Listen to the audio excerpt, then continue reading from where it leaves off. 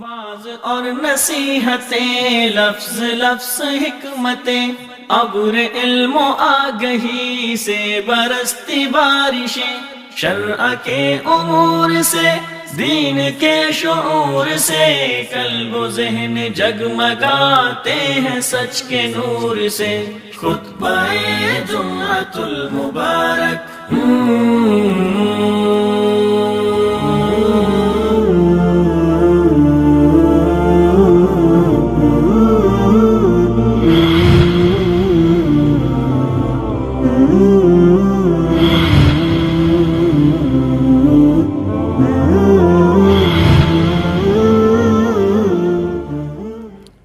السلام علیکم ورحمۃ اللہ وبرکاتہ۔ ان الحمد للہ نحمده ونستعینه ونستغفره ونعوذ باللہ من شرور انفسنا ومن سیئات اعمالنا، من يهده اللہ فلا مضل له ومن يضلل فلا هادی له، وأشهد أن لا إله إلا الله وحده لا شريك له، وأشهد أن محمدًا عبده ورسوله، أما بعد فإن خير الحديث كتاب الله، وخير الهدي هدي محمد صلى الله عليه وسلم، وشر الأمور محدثاتها، وكل محدثة بدعة، وكل بدعة ضلالة، وكل ضلالة في النار۔ يا أيها الذين آمنوا اتقوا الله حق تقاته ولا تموتن إلا وأنتم مسلمون۔ يا أيها الناس اتقوا ربكم الذي خلقكم من نفس واحدة وخلق منها زوجها وبث منهما رجالا كثيرا ونساء، واتقوا الله الذي تساءلون به والأرحام إن الله كان عليكم رقيبا۔ يا أيها الذين آمنوا اتقوا الله وقولوا قولا سديدا يصلح لكم أعمالكم ويغفر لكم ذنوبكم، ومن يطع الله ورسوله فقد فاز فوزا عظيما۔ اللهم صل على محمد وعلى آل محمد كما صليت على إبراهيم وعلى آل إبراهيم إنك حميد مجيد۔ اللهم بارك على محمد وعلى آل محمد كما باركت على إبراهيم وعلى آل إبراهيم إنك حميد مجيد۔ رب اشرح لي صدري ويسر لي أمري واحلل عقدة من لساني يفقه قولي۔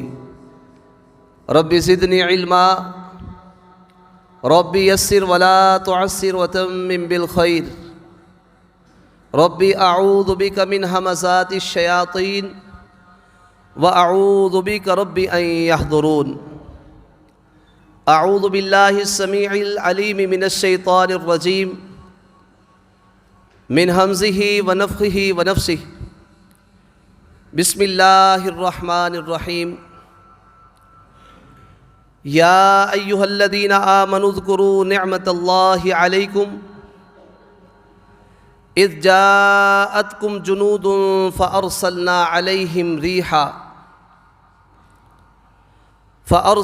عليهم ريحا وجنودا لم تروها وكان الله بما تعملون بصيرا۔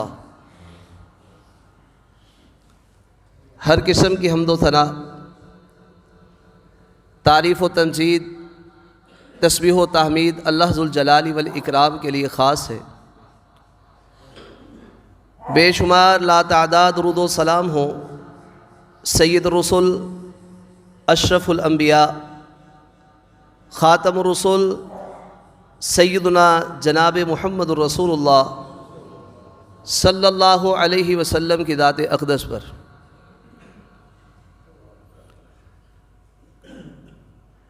سورۃ الاحزاب کی ایک آیت کی تلاوت آپ احباب کے سامنے کی ہے۔ اس آیت مبارکہ میں اللہ ذو الجلال والاکرام نے ایمانداروں کا ذکر کیا کہ اے ایمان والو اذکروا نعمت اللہ علیکم، اللہ نے جو تمہارے اوپر نعمت کی ہے اس نعمت کو یاد کرو۔ وہ نعمت کیا تھی؟ اذ جاءتکم جنود فارسلنا علیہم ریحا وجنودا، کہ جب تمہارے پاس مختلف کافروں کے گروہ جماعتیں جمع ہو کر آئی تو پھر فارسلنا علیہم ریحا، ہم نے ان دشمنوں پر، کافروں پر اپنی تیز ہوا کو بھیجا اور ایسے لشکروں کو بھیجا لم تروہا، جنہیں تم نہیں دیکھ رہے تھے۔ وَكَانَ اللَّهُ بِمَا تَعْمَلُونَ بَصِيرًا، اللہ ذو الجلال والاکرام جو بھی تم عمل کرتے ہو اللہ ان کو دیکھتے ہیں۔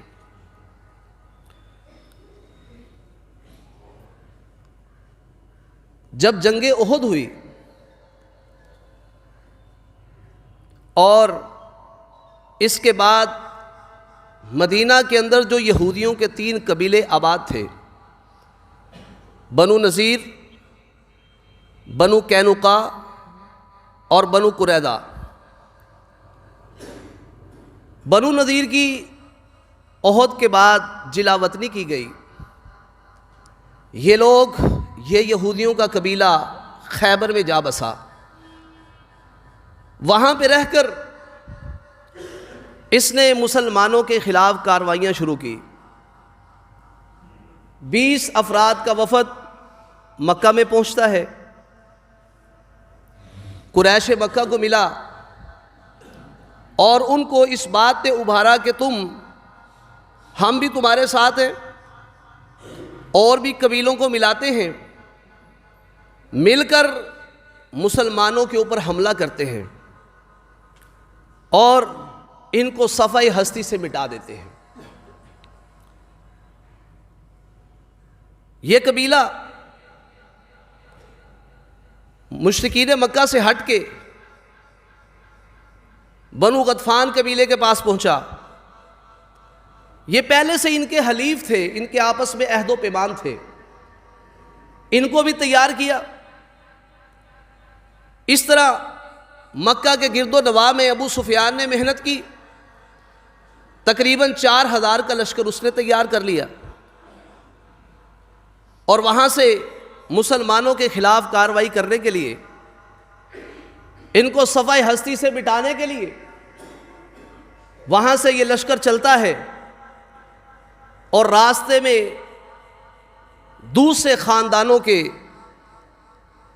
دوسرے گروہ ملتے جاتے ہیں، یہاں تک کہ یہ 10,000 کا لشکر مسلمانوں کے خلاف تیار ہو جاتا ہے۔ ادھر محمد الرسول اللہ صلی اللہ علیہ وسلم کو خبر پہنچتی ہے تو آپ علیہ الصلوۃ والسلام اپنے صحابہ کرام سے مشورہ کرتے ہیں۔ سلمان فارسی رضی اللہ تعالیٰ عنہ، انہوں نے ایک یہ مشورہ دیا کہ اللہ کے رسول، مدینے کا یہ جو صاف راستہ ہے جس جانب سے دشمن آ رہا ہے، اس جانب ہم خندق کو کھود لیتے ہیں۔ خندق کھودنے والا یہ معاملہ عرب میں عام نہیں تھا۔ یہ مشورہ سلمان فارسی رضی اللہ تعالی عنہ نے دیا اور اس مشورے کو پسند کیا گیا تو صحابہ کرام کی ڈیوٹیاں لگی۔ سلا پہاڑی کے قریب، جہاں آج سب المساجد بھی ہے، وہاں پہ خندق کھودی گئی۔ صحابہ کرام اسلام کی حفاظت کے لیے دفاعی طور پر تیار ہیں، کیونکہ جہاد آپ کو بتلایا تھا 3 صورتوں میں فرض ہو جاتا ہے۔ ان میں سے ایک صورت یہ تھی کہ جب دشمن تمہارے علاقے پر حملہ کرے تو دفاعی جہاد فرض ہو جاتا ہے۔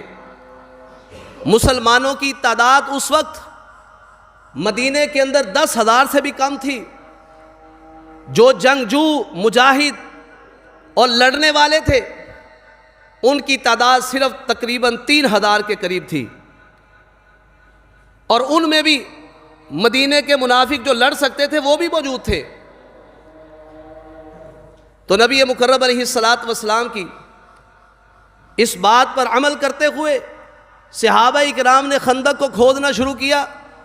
یہ سلسلہ جاری ہے، اور اس وقت مدینے کے اندر معاشی حالات بھی اتنے مضبوط نہیں تھے، پریشانی کے حالات ہو چکے ہیں، کیونکہ ظاہر ہے کہ مختلف علاقوں کے دشمن اکٹھے ہو گئے، مسلمان پریشان ہیں۔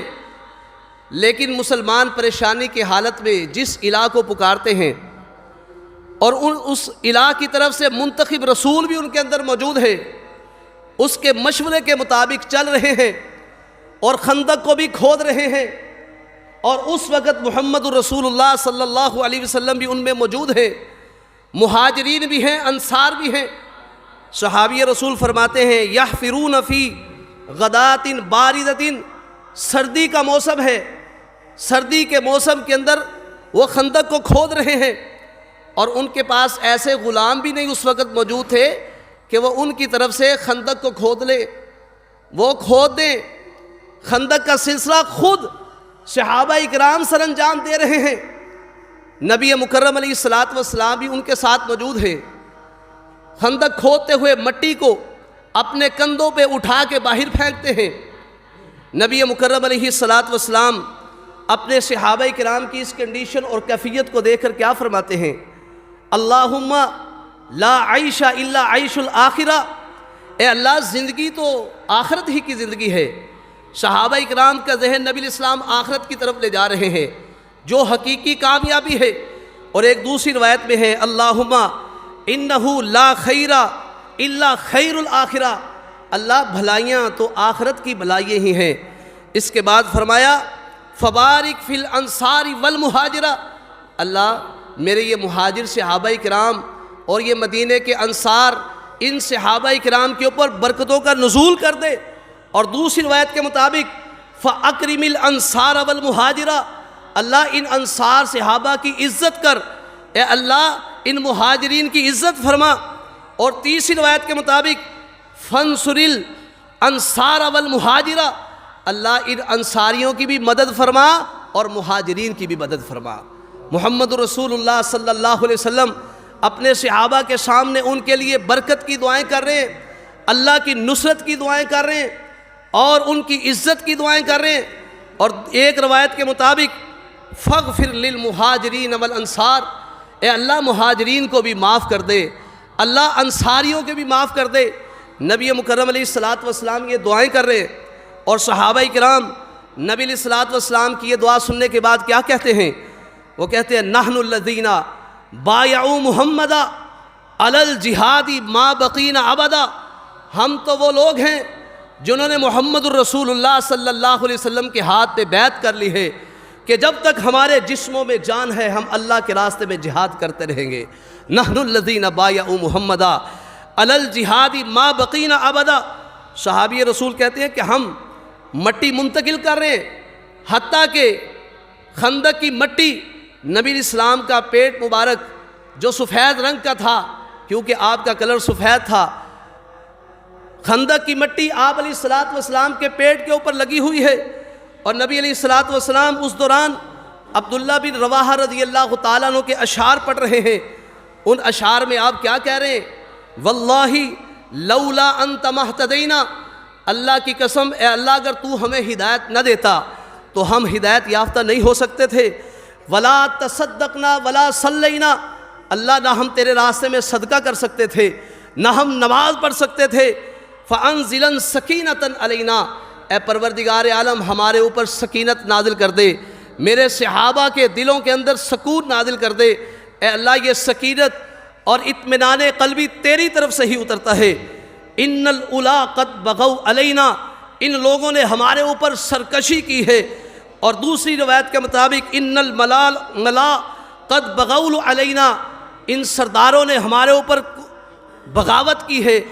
اور تیسری روایت کے مطابق المشرکون قد بغوا علینا، اللہ ان مشرکوں نے ہمارے خلاف سرکشی کی ہے، ہمارے خلاف بغاوت کے لیے اٹھ کھڑے ہوئے ہیں۔ اذا ارادوا فتنة ابینا ابینا، اللہ جب انہوں نے ارادہ کر لیا ہے فتنے میں مبتلا ہونے کا، تو اللہ ہم بھی اس بات کا انکار کرتے ہیں، ہم یہاں پہ فتنہ برپا نہیں ہونے دیں گے، ہم بھی تیرے راستے میں جہاد کریں گے۔ راوی کہتے ہیں ابینا ابینا کے الفاظ کو نبی علیہ السلام نے اپنی بلند آواز کے ساتھ اس کو دہرایا، بلند آواز کی ان الفاظ کے ساتھ ابینا ابینا۔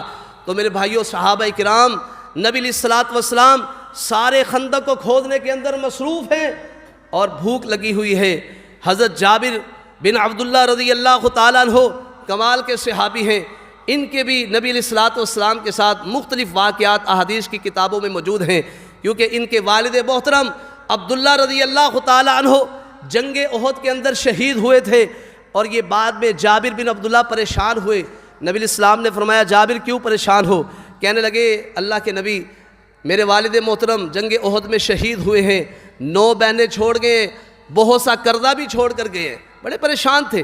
نبی علیہ السلام نے ان کو دلاسا دیا، فرمایا کہ اے جابر، تمہیں معلوم ہے کہ تمہارے والد کے ساتھ اللہ نے کیا کیا؟ اللہ کے نبی کیا کیا؟ فرمایا تمہارے والد کو اللہ نے اپنے سامنے زندہ کیا، اور کہا اے عبداللہ تمنا، اے عبداللہ تو خواہش کر، تمنا کر، کیا خواہش کرنا چاہتا ہے؟ تو انہوں نے کہا اللہ ہمیں سب نعمتیں میسر آ چکی ہیں، کیونکہ جنگ احد میں شہید ہونے والوں کو اللہ نے بہت سی نعمتوں سے نوازا تھا۔ تو یہ کہنے لگے اللہ ہمیں ساری نعمتیں مل گئی۔ کہا نہیں، بتلاؤ۔ دوسرے مجاہدین کو، شہید ہونے والوں کو بھی اللہ نے کہا بتلاؤ تمہیں اور کیا نعمتیں چاہیے؟ تو اب اے جابر تمہارے والد نے پتہ کیا جواب دیا؟ اللہ کے نبی کیا جواب دیا؟ فرمایا تمہارے والد نے کہا اللہ پھر میری خواہش یہ ہے کہ میری روح دوبارہ دنیا میں جسم کے اندر لوٹائی جائے اور میں آپ کے راستے میں دوبارہ شہادت چاہتا ہوں۔ تمہارے والد کی یہ خواہش تھی۔ یہ جابر بن عبداللہ رضی اللہ تعالیٰ عنہ خود بھی نیک اور صالح ہیں، کہتے ہیں کہ ہم خندق کھود رہے ہیں، نبی علیہ السلام بھی موجود ہیں۔ آپ علیہ السلام اس وقت خندق کھودتے ہوئے صحابہ کرام کے سامنے ایک چٹان سی آ گئی، سل آ گئی، بہت سخت پتھر تھا، وہ نہیں ٹوٹ رہا تھا۔ تو صحابہ کرام نبی علیہ السلام کے پاس آئے، اللہ کے نبی کہ اس طرح چٹان سامنے آ گئی ہے، وہ ہم سے ٹوٹ نہیں رہی۔ تو آپ علیہ السلام نے فرمایا انا نازل، میں خود اترتا ہوں۔ راوی کہتے ہیں نبی علیہ السلام اٹھے، وَبَاطَنُهُ مَعْصُوبٌ بِحَجَرٍ، آپ کے پیٹ کے اوپر پتھر بندھا ہوا تھا۔ ایک صحابی نے کہا تھا نا آگے بھوک لگی ہوئی ہے، پتھر دکھایا، تو نبی علیہ السلام کے پیٹ پہ ایک روایت کے مطابق 2 پتھر بندھے ہوئے تھے بھوک کی وجہ سے۔ بھوک کی وجہ سے 2 پتھر بندھے ہوئے ہیں۔ آخری رسول ہیں، کائنات کے امام ہیں، خود بھی ورکر کی حیثیت سے کام کر رہے ہیں۔ تو نبی مکرم علیہ السلام پتھر باندھ کے اس خندق کے اندر اترتے ہیں، اور راوی کہتے ہیں 3 دن ہو چکے تھے، لا نذوقو زواکن، ہم نے کوئی چیز چکھی تک نہیں تھی، کھانا تو دور کی بات ہے، 3 دن گزر چکے تھے، ہم نے کوئی چیز چکھی نہیں تھی۔ تو نبی مکرم علیہ السلام نے کدال پکڑا، نبی مکرم علیہ السلام نے اس چٹان کے اوپر مارا اس انداز سے کہ ایک روایت میں آتا ہے 3 ضربیں لگائی۔ صحیح بخاری میں تو اتنا ہے نا کہ آپ نے اس کو ضرب لگائی اور اس کو بالکل ریت کی طرح ریزہ ریزہ اللہ ذوالجلال والاکرام نے اس کو کر دیا۔ اور دوسری روایت میں ہے آپ علیہ السلام نے کدال پکڑی، بسم اللہ پڑھی، اور بسم اللہ پڑھ کر آپ نے اس چٹان کے اوپر مارا، اس انداز سے ضرب لگائی کہ اس کا تیسرا حصہ ٹوٹ کر ریزہ ریزہ ہو گیا۔ اور نبی علیہ السلام نے اس وقت یہ بات کہی، اللہ اکبر، مجھے شام کے علاقے کی چابیاں دے دی گئی ہیں، اللہ کی قسم میں اس جگہ پر سرخ محلات کو دیکھ رہا ہوں۔ دوبارہ پھر ضرب لگائی بسم اللہ پڑھ کے، نبی علیہ السلام نے جب ضرب لگائی اس کا پھر تیسرا حصہ ٹوٹ گیا۔ آپ نے فرمایا اللہ اکبر، مجھے ایران کی چابیاں دے دی گئی ہیں، میں اس جگہ پہ اس کے سفید محلات کو دیکھ رہا ہوں۔ تیسری مرتبہ پھر ضرب لگائی اور اللہ ذوالجلال والاکرام نے اس چٹان کو بالکل ریزہ ریزہ ریت کی طرح کر دیا۔ تو آپ علیہ السلام نے پھر اللہ اکبر کہا اور فرمایا مجھے یمن کی چابیاں دے دی گئی ہیں، اس مقام پر کھڑے ہو کر میں وہاں کا دروازہ صنعاء کا جو دروازہ ہے وہ بھی دیکھ رہا ہوں. یہ روایت جو ہے نا مسند احمد کے اندر موجود ہے. تو نبی مکرم علیہ السلام نے اپنے ہاتھ سے اس چٹان کو توڑا ہے, اللہ نے اس کو ریت کی طرح ریزہ ریزہ کر دیا. آپ علیہ السلام کے یہ صحابی جابر بن عبداللہ دیکھتے ہیں کہ نبی علیہ السلام کو بھوک لگی ہوئی ہے, پیٹ پہ پتھر باندھا ہوا ہے. کہنے لگے اللہ کے نبی مجھے اجازت دیجئے, میں ذرا اپنے گھر کی طرف جاتا ہوں. آپ علیہ السلام نے ان کو اجازت دی, اپنے گھر تشریف لائے. اپنی بیوی کو کہنے لگے تمہارے پاس کیا ہے, میں دیکھ رہا ہوں نبی علیہ السلام بہت زیادہ بھوکے ہیں. تو بیوی کہنے لگی یہ میرے پاس تھوڑے سے جو ہیں اور ہمارے گھر یہ بکری کا ایک بچہ ہے, یہ لیلا ہمارے پاس ہے. تو کہنے لگے کہ تم اس کو پیسو اور میں جانور کو ذبح کرتا ہوں. انہوں نے اس جو جوں تھے ان کو پیسنا شروع کیا اور ادھر اس کا آٹا گوندنا شروع کیا, اور ادھر صحابی رسول نے بکری کا بچہ جو تھا اس کو ذبح کیا, اس کا گوشت بنایا اور جناب ہنڈیا میں ڈالا. ادھر ہنڈیا پکنی شروع ہو گئی, ادھر آٹا بھی تیار ہے. صحابی رسول نبی مکرم علیہ السلام کی خدمت میں حاضر ہوتے ہیں. حاضر ہو کے کیا کہا, کہنے لگے طعیم لی, اللہ کے نبی تھوڑا سا کھانا ہے. طعیم طعام کہتے ہیں کھانے کو, اس کی تذخیر طعیم لی, تھوڑا سا کھانا ہے اللہ کے رسول. فقم انت یا رسول اللہ رجل ورجلان, اللہ کے نبی آپ آ جائیں, ایک دو بندے اپنے ساتھ لے آئیں. آپ آ جائیں, ایک دو بندے اپنے ساتھ لے آئیں. دوسری روایت کے مطابق اپنے ساتھ ایک چھوٹی سی جماعت لے آئیں. تو آپ نے فرمایا کیا چیز ہے جو تم نے بنائی ہے, کم ہوا؟ تو کہتے ہیں میں نے بتلا دیا اللہ کے نبی, اس طرح جو ہے ان کا آٹا تیار کر لیا ہے, اس طرح ہنڈیا بھی تیار ہے. تو نبی علیہ السلام نے فرمایا کثیر طیب, یہ تو بہت زیادہ ہے, بہت عمدہ ہے. اللہ اکبر, کثیر طیب, بہت زیادہ اور بہت عمدہ. آپ علیہ السلام نے فرمایا اپنی بیوی کو جا کے کہو وہ جو ہنڈیا چولہے کے اوپر رکھی ہوئی ہے نا اس کو اتارنا نہیں ہے, اس کو اتارنا نہیں ہے. اور نبی علیہ السلام نے فرمایا روٹیاں بھی ابھی تندور میں لگا کے نکالنی نہیں ہے, پہلے میں وہاں پہ آؤں گا اس کے بعد سارا کام کریں گے. نبی علیہ السلام نے سارے صحابہ میں اعلان کر دیا, جو وہاں پہ جتنے موجود تھے سامنے آپ نے اعلان کر دیا چلو بھائی حیا حلما, آؤ سارے کے سارے. جابر نے ضیافت کا کھانا تیار کیا. ادھر سے جابر رضی اللہ تعالیٰ نے دیکھا گھر میں ہنڈیا میں تھوڑا سا سالن ہے, اتنا زیادہ تو ہے ہی نہیں, جو بھی تھوڑے سے جن کا آٹا تیار کیا گیا. نبی علیہ السلام نے اعلان کر دیا آ جاؤ سارے مجاہدوں, آ جاؤ میرے شہزادوں, سارے کے سارے آ جاؤ. پہلے دعائیں بھی کی, نبی علیہ السلام نے کھانے کا ٹائم ہوا سب کو بلا لیا. تو یہ ایک دفعہ بڑے پریشان ہوئے جابر رضی اللہ تعالیٰ عنہ, یہ نبی علیہ السلام سے پہلے ہی آپ نے گھر میں پہنچ گئے, اور نبی علیہ السلام نے ان کو پہلے بتلا دیا تھا کہ ابھی ہنڈیا بھی چولہے سے نہیں اتارنی اور روٹیاں بھی ابھی نہیں لگانی. یہ جا کے کہنے لگے نبی علیہ السلام تو سارے صحابہ کو لے کے آ رہے ہیں. وہ کہنے لگی وابی کا تو جانے تیرا کام جانے, میں نے تجھے کہا نہیں تھا کہ تھوڑا سا کھانا ہے بتلا دینا.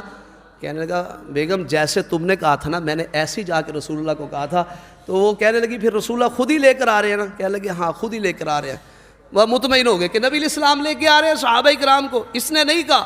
بہرحال نبی مکرم علیہ السلام وہاں پہ پہنچتے ہیں تو آپ علیہ السلام نے صحابہ کرام کے سامنے وہ کھانا رکھا. پہلے آپ نے دوسری روایت کے مطابق برکت کی دعا بھی کی, اس میں لعاب بھی ڈالا, ہنڈیا میں بھی لعاب ڈالا اور آپ نے آٹے کے اندر بھی لعاب ڈالا. اب یہاں سے حضرت صاحب کو دلیل مل گئی ختم جائز ہے. انہوں نے کہا جی ختم جائز ہو گیا, نبی اسلام نے لعاب لگایا ہے تو ہم بھی پڑھ کے یہی کرتے ہیں. حالانکہ حدیث میں کہیں نہیں ہے آپ نے قل یا ایھا الکافرون قل اعوذ برب الفلق قل اعوذ برب الناس, آپ علیہ السلام نے کچھ بھی نہیں ہے پڑھا. آپ نے اللہ سے دعا کی ہے, برکت کی دعا کی. اللہ ذو الجلال والاکرام نے آٹے میں بھی برکت ڈال دی, کھانے کے اندر بھی برکت ڈال دی. اور پھر ہمارے لعاب کے اندر برکت نہیں ہے, محمد رسول اللہ کے لعاب میں برکت ہے. نبی علیہ السلام کا یہ برکت والا لعاب ہنڈیا میں بھی جاتا ہے, اور نبی علیہ السلام کا یہ برکت والا لعاب آٹے کے اندر بھی جاتا ہے. تو نبی علیہ السلام نے فرمایا کہ جاؤ آٹا لگانے والی یعنی یہ اس میں روٹیاں لگانے والی خاتون کو بھی بلا لو, وہ آپ کی بیوی کے ساتھ مل کے دونوں روٹیاں لگائیں. اور نبی مکرم علیہ السلام وہاں پہ بیٹھ گئے, اور نبی علیہ السلام اپنے ہاتھوں سے ان روٹیوں کے ٹکڑے کرتے اور ادھر سالن ڈالا جاتا. تقریباً 1000 بندے نے وہ کھانا کھایا تھا. آپ اندازہ لگائیں, یہ نبی علیہ السلام کی برکات ہیں. نبی مکرم علیہ السلام اپنے صحابہ کو کہہ رہے تھے کہ بھیڑ نہیں کرنی, تھوڑے تھوڑے کر کے داخل ہوتے جاؤ. اور نبی علیہ السلام جب ڈال دیتے ہنڈیا کو بھی ڈھام دیتے، روٹیوں کو بھی ڈھام دیتے اور پھر دوبارہ اس کے ٹکڑے کرتے، پھر ان کے آگے رکھ دیتے، حتیٰ شابیو، یہاں تک کہ انہوں نے سیر ہو کر کھایا، وہ باقیہ بقیتن، اور کھانا ابھی تک بچا ہوا ہے۔ نبی اسلام نے جابر بن عبداللہ ان کی وائف کو، ان کی بیوی کو کہا کلی ہادہ، تم بھی یہ کھانا کھاؤ، وآہدی، اور لوگوں کے اندر اس کو تقسیم کرو، کیونکہ کتنے دن گزر چکے تھے، مدینے کے اندر لوگ ابھی بھوکے تھے، کھانا نہیں پک سکا، کیونکہ سب کو اپنی جانوں کی پڑی ہوئی تھی، سارے لشکر کفار کے تیار ہو کے مسلمانوں کا کلا کما کرنے کے لیے مدینے میں آ رہے ہیں کہ آج ان کو صفحہ ہستی سے مٹا دیا جائے۔ اللہ ذوالجلال والاکرام نے صحابہ کرام ایسے عطا کیے تھے، ان کے ذہنوں کے اندر باتیں ڈالی ہوئی تھی، جنہوں نے مشورے کیے تھے اس انداز سے تم نے یہ سلسلہ چلانا ہے۔ نبی مکرم علیہ السلام نے جب جنگ کا دن آیا، صحابہ کرام کا جمع غفیر وہاں پہ موجود ہے اور ادھر سے 10,000 کا لشکر بھی پہنچ جاتا ہے۔ اللہ اکبر۔ اللہ ذوالجلال والاکرام نے ان آیات میں جو میں نے شروع میں پڑھی ہے کس بات کا تذکرہ کیا؟ فرمایا یاد کرو اس نعمت کو جو اللہ نے تمہارے اوپر کی، جب تمہارے پاس لشکر پہنچ چکے تھے، ہم نے ان کے اوپر ہوا کو بھیجا اور ہم نے ان کے اوپر اپنے وہ لشکر بھیجے جن کو تم نہیں دیکھ رہے تھے۔ وَكَانَ اللَّهُ بِمَا تَعْمَلُونَ بَصِيرًا، لیکن جو تم عمل کر رہے تھے اللہ دیکھ رہے تھے۔ میرے پیغمبر ورکر بن کے خندق کو کھود رہے ہیں، صحابہ کرام کھود رہے ہیں اور ساتھ ساتھ دعائیں کر رہے ہیں۔ اللہ فرماتے ہیں اِذْ جَاءُوكُم مِّن فَوْقِكُمْ وَمِنْ أَسْفَلَ مِنْكُمْ، جب اوپر والی جانب سے تمہارے پاس کفار کے لشکر آئے، وَمِنْ أَسْفَلَ مِنْكُمْ، تمہاری نچلی جانب سے بھی کفار کے لشکر آئے، وَإِذْ زَاغَتِ الْأَبْصَارُ، جب آنکھیں جو تھی وہ ٹیڑھی ہو چکی تھی، وَبَلَغَتِ الْقُلُوبُ الْحَنَاجِرَ، تمہارے یہ دل پریشانی کے اندر حلق کو پہنچ چکے تھے، وَتَظُنُّونَ بِاللَّهِ الظُّنُونَ، اور تم اللہ کے ساتھ گمان کر رہے تھے آج ہمارا پتہ نہیں کیا بنے گا۔ هُنَالِكَ ابْتُلِيَ الْمُؤْمِنُونَ، وہاں پہ فرمایا مومنوں کو آزمایا گیا، وَزُلْزِلُوا زِلْزَالًا شَدِيدًا، فرمایا سخت جھنجھوڑ میں ان کو ڈال دیا گیا۔ منافقین بھی باتیں کر رہے تھے، منافقین ایمان تو لائے تھے لیکن وہ سمجھے شاید ہم ایمان لائے ہیں، ہمارا ایمان لانے کے بعد ہماری مددیں ایسے ہوں گی کہ آسمان سے فرشتے اتریں گے، ہمارے سروں پہ تاج پہنا دیے جائیں گے، وہ شاید یہ سمجھ رہے تھے، جبکہ ان کو نہیں پتا کہ اللہ ذوالجلال والاکرام ایمانداروں کو آزمائش میں مبتلا کرتے ہیں، یہ اس کا قانون ہے، قاعدہ ہے، ایسے اس نے جنت نہیں دینی، آزمائشوں میں مبتلا کرنا ہے، امتحان لینے ہیں۔ صحابہ اکرام کا امتحان ہو رہا ہے، رب کائنات کہہ رہا ہے هُنَالِكَ ابْتُلِيَ الْمُؤْمِنُونَ، مومنوں کو آزمائش میں ڈال دیا گیا، وَزُلْزِلُوا زِلْزَالًا شَدِيدًا، اچھے انداز سے ان کو جھنجھوڑا گیا۔ اب وہ پریشان ہے، اللہ کی مدد کے منتظر ہے، یہاں تک کہ صحابہ کرام نبی علیہ السلام کے پاس آ کے کہتے ہیں اللہ کے نبی بڑے پریشان ہیں، کچھ پڑھنے کو بتلائیں۔ فرمایا میرے صحابہ یہ دعا پڑھو، اللہم استر عوراتنا وآمن روعاتنا، اللہ ہمارے عیوب کو ڈھانپ دے، اللہ ہمیں اپنی ان پریشانیوں سے امن عطا فرما۔ صحابہ کرام نبی علیہ السلام سے دعائیں سیکھ رہے ہیں، نبی مکرم علیہ السلام ان کو دعائیں بتلا رہے ہیں، صحابہ کرام دعاؤں کے اندر مصروف ہے۔ نبی مکرم علیہ السلام جو اس وقت ایک نبی کی حیثیت سے بھی ہیں، ایک امیر کی حیثیت سے بھی ہیں، ایک خلیفہ کی حیثیت سے بھی ہیں، اس وقت نبی علیہ السلام نے کس کو پکارا؟ صحابہ کرام نے کیا نبی علیہ السلام سے مددیں مانگی؟ آپ علیہ السلام کو نہیں کہا یا رسول اللہ المدد، اس وقت محمد رسول اللہ نے بھی ان کو جو باتیں سکھائی اور یہی کہا اللہ تو ان کی مدد فرما۔ اور نبی علیہ السلام کے یہ صحابہ مدد مانگ رہے ہیں تو کس سے؟ اللہ سے مدد مانگ رہے ہیں۔ اور نبی علیہ السلام کیا کہہ رہے ہیں؟ اللہم منزل الکتابی، اے کتاب کو اتارنے والے، سریع الحساب، جلد حساب لینے والے، تیرے لیے حساب لینا کوئی مشکل نہیں، جلد حساب لینے والے، اہزم الاحزاب، یہ لشکر اکٹھے ہو کر مدینے پہ حملہ آور ہونے کے لیے آئے ہیں، اللہ ان کو شکست دے دے، اللہم محزمہم وزلزلہم، اللہ ان کو شکست دے دے، ان کو جھنجھوڑ کے رکھ دے۔ نبی علیہ السلام ان کے لیے یہ بدعائیں کر رہے ہیں لیکن اللہ کو پکار رہے ہیں، کیونکہ مصائب پریشانیوں کے اندر جو ذات کام آتی ہے وہ اللہ کی قسم صرف اللہ کی ذات ہے۔ جب کوئی کام نہیں آتا اس وقت میرا رب کام آتا ہے، اور اللہ اس وقت ہی کام آتے ہیں جب انسان پریشانیوں میں مبتلا ہو، پھنسا ہوا ہو لیکن ڈٹا ہوا ہو، ثابت قدم رکھے ہوئے ہو، اور جناب اللہ کی صفات کو ماننے والا ہو۔ جیسے نبی علیہ السلام کہہ رہے ہیں اللہ تو ہی کتاب کو اتارنے والا، اللہ تو جلد حساب لینے والا، یہ اللہ کی صفات ہے۔ نبی علیہ السلام اس کے تذکرے کر رہے ہیں، اللہ سے دعائیں کر رہے ہیں۔ پھر اللہ ذوالجلال والاکرام نے دو انداز سے ان کی اس طرح مدد کی کہ پہلے ان کی صفوں کے اندر دراڑیں ڈال دی. بنو غطفان کا جو رئیس تھا نا، غالباً نعیم اس کا نام تھا، یا نعیم یا نعیم اس کا نام تھا، اس نے نبی علیہ الصلوۃ والسلام کے پاس آ کے کلمہ پڑھ لیا، مسلمان ہو گیا اس دوران ہی. یہودیوں کو نہیں پتا تھا، مشرکین کو نہیں پتا تھا. یہ کہنے لگا جی میرے ذمے لگائیں. آپ نے فرمایا تو ان کے اندر جا کے نا دراڑیں ڈال دے. یہ یہودیوں کے پاس گیا، اسی طرح ابو سفیان کے پاس گیا. ابو سفیان سے بھی کچھ باتیں کی اور یہودیوں سے بھی کچھ باتیں کی. یہودیوں کو کہا یہ قریش نا تمہیں آگے لگا کے تمہیں مٹوانا چاہتے ہیں، وہ اس طرح کہ تم حملہ کرو گے نا، یہ بیچ میں سے نکل کے مکے چلے جائیں گے، بعد میں تم مدینہ میں پھنس جاؤ گے. اس طرح کی باتیں کی، کیونکہ تمہارے مدینہ میں بنو قریظہ بھی ان کا قبیلہ ابھی مدینہ میں موجود تھا، اور بنو قریظہ نے بھی اس موقع پہ آ کے نا عہد شکنی کی، عہد توڑ دیا، مسلمانوں کا ساتھ نہیں دیا. یہ پریشانی بھی تھی مدینہ کے اندر. بہرحال جب ساتھی موقع پہ ساتھ چھوڑ جاتے ہیں نا، پھر انسان کو پریشانی ہوتی ہے. تو یہ مدینہ میں رہنے والے معاہدہ کر کے یہودی بکھر گئے، اور ادھر یہودیوں کو اس نے ڈرایا. ابو سفیان کے پاس بھی گیا، اس نے یہودیوں کو کہا تم 10 بندے ان سے لو، ان کو یرغمال بناؤ، اور اسے جا کے کہہ دیا تم سے یہ یرغمال بنانے کے لیے 10 بندے لیں گے، تم نے نہیں دینے. دونوں طرف اس نے کاروائی چلائی، ان کی آپس میں پھوٹ پڑ گئی. اور ادھر سے اللہ ذوالجلال والاکرام نے ان کے اوپر تیز ہوا بھیجی، جس نے ان کے جناب جتنے وہاں پہ معاملات تھے ان کو ختم کر دیا. یعنی ان کے جو خیمے لگے ہوئے تھے وہ اکھاڑ دیے گئے، ان کی ہنڈیاں جو چولہوں پہ پک رہی تھی، پڑی تھی، سالن تھے، سب کچھ اللہ ذوالجلال والاکرام نے اس ہوا کے ذریعے ان کو انڈیل دیا. اس لیے نبی الاسلام نے فرمایا تھا نصرت بالصبا، میری مدد اللہ نے صبا ہوا کے ساتھ کی ہے. یہ صبا ہوا مشرق کی طرف سے چلتی ہے. اور آپ نے فرمایا تھا وَأُهْلِكَتْ عَادٌ بِالدَّبُورِ، دبور پچھم کی جو ہوا ہے نا، اس کے ذریعے عادیوں کو ہلاک کیا گیا. قرآن کریم میں ذکر ہے نا وَأَمَّا عَادٌ فَأُهْلِكُوا بِرِيحٍ صَرْصَرٍ عَاتِيَةٍ، کہ اللہ ذوالجلال والاکرام نے ایک ٹھنڈی ہوا کے ذریعے عادیوں کو ہلاک کیا. سخرها علیہم 7 لیال و8 ایام حسوما، اللہ نے ان کے اوپر یہ ہوا 7 راتیں اور 8 دن لگاتار چلائی.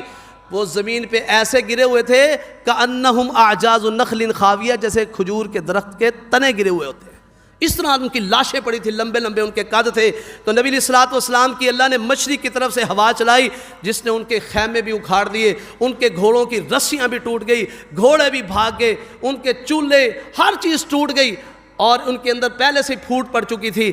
اللہ ذوالجلال والاکرام نے اس انداز سے ان کی مدد کی، اور یہ سارے کے سارے لشکر بھاگے. لڑائی بھی نہیں ہوئی، صرف نیزے ادھر سے پھینکے گئے، تیر چلائے گئے، لیکن لڑائی نہیں ہوئی، کیونکہ درمیان میں خندق تھی، وہ پار کر ہی نہیں سکتے تھے. کیسے انداز سے اللہ ذوالجلال والاکرام نے صحابہ کرام کی مدد کی، نبی علیہ الصلوۃ والسلام کی مدد کی، اور دشمن بھاگے. جب دشمن بھاگے نا چلے گئے، پھر نبی علیہ الصلوۃ والسلام نے ایک بات کہی. آپ علیہ الصلوۃ والسلام نے فرمایا الآن نغزوہم فلا یغزوننا نحن نسیر الیہم. اب یہ سارے جمع ہو کے آئے تھے نا، اب ہم ان کے ساتھ غزوہ کریں گے، وہ ہمارے ساتھ غزوے نہیں کریں گے. جب طاقتوں کو توڑا جاتا ہے پھر اللہ مسلمانوں کو عزتوں سے نوازتے ہیں، حوصلوں سے نوازتے ہیں. اس لیے مسلمانوں کو گھبرانے کی ضرورت نہیں ہے. جب اللہ تعالیٰ فتوحات دے دیتے ہیں نا، فتوحات دے دیتے ہیں، پھر اللہ کی خاص مددیں آتی ہیں اور دشمن پہ رعب طاری ہو جاتا ہے، پھر اتنی جلدی دوبارہ مسلمانوں کے خلاف نہیں اٹھتا. فرمایا اب ہم ان کی طرف جائیں گے، وہ ہماری طرف نہیں آئیں گے. نبی مکرم علیہ الصلوۃ والسلام نے واپس جب مدینہ میں آئے نا، آپ نے اسلحہ رکھا. آپ علیہ السلام نے اسلحہ بھی اتارا اور غسل بھی فرمایا. جبرائیل علیہ السلام آئے، کہنے لگے اللہ کے نبی آپ نے اسلحہ اتار دیا، اسلحہ اتار کے رکھ دیا. واللہ ما وضعنہ، اللہ کی قسم ہم نے تو بھی اتارا ہی نہیں ہے. اللہ کہتے ہیں نا کہ ہم نے ہوا بھی بھیجی اور ایسے لشکروں کو بھیجا جو تم نہیں دیکھ رہے تھے خندق کے موقع پر. وہ کون تھے؟ جبرائیل علیہ السلام، ان کے ساتھی. فرمایا ابھی ہم نے اسلحہ نہیں رکھا، آپ نے غسل بھی کر لیا، اسلحہ بھی اتار دیا. فخرج الیہم، فرمایا ان کی طرف بھی نکلو، ابھی بیٹھنا نہیں آرام سے، ان کی طرف بھی نکلو. فرمایا کن کی طرف؟ فرمایا اشارہ الی بنی قریظہ، بنی قریظہ یہودیوں کی طرف بھی نکلو، ابھی موقع ہے، انہوں نے عہد شکنی کی ہے، ان کا بھی کلا کما کرنا ہے. اللہ کے نبی ادھر نکلے. تو نبی مکرم علیہ الصلوۃ والسلام نے اس کے بعد جو حدیث میں عام الفاظ ہیں کہ آپ حج کر کے واپس آئے، یا کوئی غزوہ کر کے واپس آتے، یا نبی علیہ الصلوۃ والسلام عمرہ کر کے واپس آتے. راوی کہتے ہیں پھر واپس آ کے آپ پہلے 3 دفعہ کہتے تھے اللہ اکبر، اللہ اکبر، اللہ اکبر. اللہ سب سے بڑا ہے، اللہ سب سے بڑا ہے، اللہ سب سے بڑا ہے۔ پھر نبی علیہ السلام کہتے لا الہ الا اللہ وحدہ، اللہ کے علاوہ کوئی عبادت کے لائق نہیں ہے، اللہ کے علاوہ کوئی عبادت کے لائق نہیں ہے، لا شریک لہ، اس کا کوئی شریک نہیں ہے، لہ الملک، بادشاہتیں صرف اسی کے لیے ہیں، وَلَهُ الْحَمْدُ، تعریفیں بھی بس اسی کی ہے۔ بندہ کہتا ہے ہماری تعریفیں ہونی چاہیے، نہیں، فرمایا وَلَهُ الْحَمْدُ، تعریفیں بس اس اللہ کے لیے ہے، وَهُوَ عَلَىٰ كُلِّ شَيْءٍ قَدِيرٌ، اور وہ اللہ ہر چیز کے اوپر قادر ہے۔ پھر آپ کہتے ہیں آئبونا، ہم واپس آنے والے، لوٹ کے آنے والے، تائبونا، اللہ کی طرف توبہ کرنے والے، رجوع کرنے والے، عابدونا، اللہ کی عبادت کرنے والے، ساجدونا لربنا، اپنے رب کے لیے سجدے کرنے والے، اپنے رب کی تعریفیں بیان کرنے والے، حامدون۔ اس کے بعد آپ صلی اللہ علیہ وسلم کہتے ہیں صدق اللہ وعدہ، اللہ نے اپنا وعدہ سچا کر دکھایا، وناصر عبدا، اپنے بندے کی مدد کی۔ اس کی مدد کی؟ اپنے بندے کی۔ بندے سے مراد کون ہے؟ محمد الرسول اللہ صلی اللہ علیہ وسلم۔ جو نبی اللہ سے مدد مانگے وہ اللہ اس پیغمبر کی مدد کرے۔ ہم اس پیغمبر کو کہتے ہیں یا رسول اللہ المدد۔ ہم اس پیغمبر سے مددیں مانگتے ہیں جو پیغمبر خود اللہ سے مددیں مانگتے ہیں۔ عقائد کو صحیح کیجئے۔ ہم اپنی زبان پہ یا علی مدد لاتے ہیں، عقائد کو ٹھیک کیجئے۔ ہم اپنی زبانوں پہ یا غوث اعظم المدد لاتے ہیں، اپنے عقائد کو درست کیجئے۔ وَمَن نَّصْرُ إِلَّا مِنْ عِندِ اللَّهِ، کیا معنی ہے کہ مدد صرف اور صرف اللہ کے پاس ہے، اس لیے صرف یا اللہ مدد کہا کرو۔ کیا کہنا ہے؟ یا اللہ مدد کہنا ہے، اللہ سے مدد مانگنی ہے، کیونکہ مدد غیب کی اسی کے پاس ہے۔ باقی تعاون ہے، یہ انشاءاللہ آپ کو بتلاؤں گا کسی دن کہ تعاون انسانوں سے لینا کس حد تک جائز ہے، اور یہ مدد جو ناجائز ہے وہ کون سی صورت میں بنتی ہے۔ تو نبی علیہ السلام فرما رہے ہیں وَنَاصَرَ عَبْدًا، جس رب نے اپنے بندے کی مدد کی، وَحَزَمَ الْأَحْزَابَ وَحْدًا، جس اکیلے رب نے سارے جتھوں کو، ان سارے دشمن اسلام کو شکست دی، اس اللہ کی آپ تعریفیں کر رہے ہیں۔ تو میرے بھائیوں، اللہ تعالیٰ جب مددیں کرتے ہیں پھر اس کا شکریہ ادا کرنا چاہیے۔ اس لیے اس مدد کے آغاز میں اللہ نے پہلے کیا کہا؟ اے ایمان والو اذکروا نعمت اللہ، اللہ کی نعمت یاد کرو۔